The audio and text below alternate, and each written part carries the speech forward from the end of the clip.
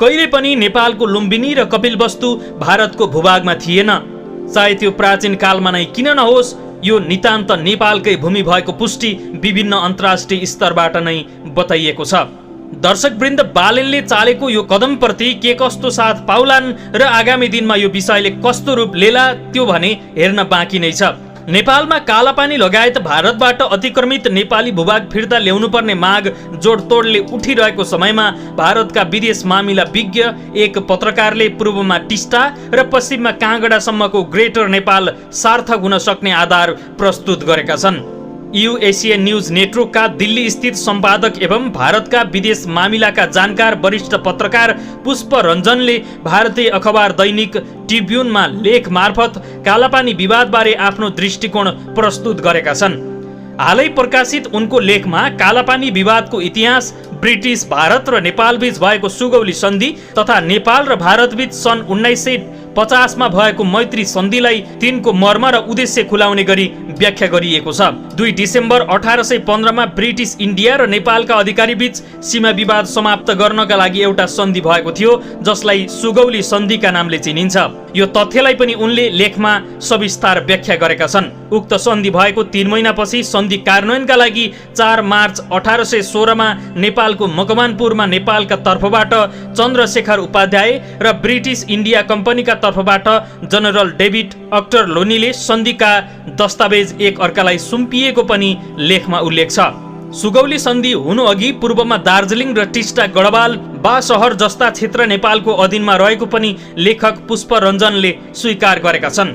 यी क्षेत्रलाई नेपालले 2.5 दशकको अवधिमा विभिन्न समयमा भएका युद्ध मार्फत जितेको र सुगौली सन्धिपछि नेपालले ती भूभाग फिर्ता गरेको उनको भनाइ छ।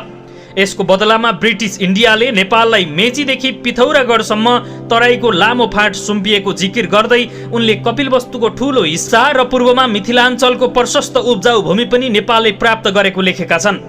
तर यतिले पनि नेपालको पेट भरिएन। उनले लेखेका छन्, सदियौं बितिसकेपछि सुगौली सन्धिका तमाम शर्तमाथि नेपाल कम्युनिस्ट पार्टीका नेताहरूले किन्तु परन्तुको राजनीति गर्न थाले। त्यसो त भारतीय पत्रकार पुष्प रञ्जनले उक्त लेखमा नेपालले कालापानीमाथि दाबी गर्न नमिल्ने आशय पुष्टि गर्ने उद्देश्यसहित आफ्ना तर्क र आधार प्रस्तुत गरेका छन्। तर लेखको अन्त्यमा उनले अघि सारेका तर्कमा नेपालले ब्रिटिस भारतसँग सुगौली सन्धि मार्फत गुमाएका भूभाग समेत फिर्ता पाउन सक्ने आधार घुमाउरो शैलीमा प्रस्तुत गरेका छन्।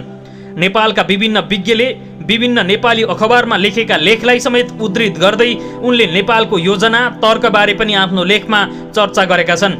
यस क्रममा उनले त्रिभुवन विश्वविद्यालयका प्रोफेसर ज्ञानेन्द्र पौडेलले सन् 2013 मा प्रकाशित गरेको एउटा रिसर्च पेपरलाई पनि लेखमा उद्धृत गरेका छन्। पौडेलले भारतसँगको सीमा विवादलाई सुल्झाउन संयुक्त राष्ट्रसङ्घको समेत मद्दत लिन सकिने तर्क गरेको जिकिर पुष्प रञ्जनको लेखमा गरिएको छ।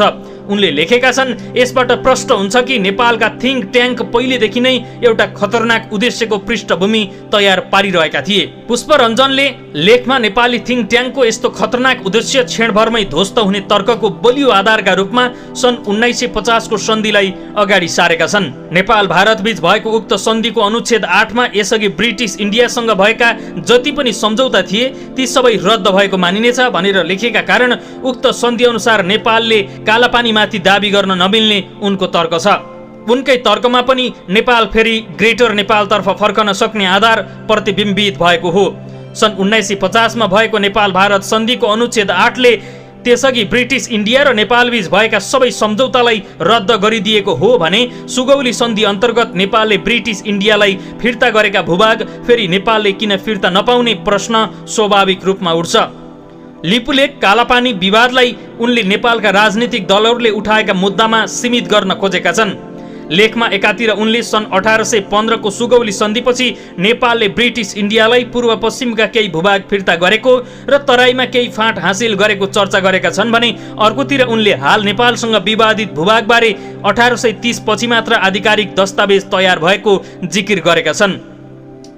यस आधारमा 1830 अघि उक्त भूभाग नेपालको अधीनमा रहेको बुझ्न सकिन्छ। 1950 को सन्धिले त्यस अघिका सम्झौतालाई रद्द गरेको हो भने 1830 को नक्सामा गाभिएका भूभागलाई भारतले अझै आफ्नो भनेर दाबी गरिरहेको छ भन्नेतर्फ लेखमा उनी मौन छन्। यसरी इस्ट इन्डियाले सम्झौता गरेका सबै सम्झौताहरू खारेज गर्ने हो अथवा रद्द गर्ने हो भने सुगौली सन्धि पहिलेको नेपालमा गाभिनै पर्छ।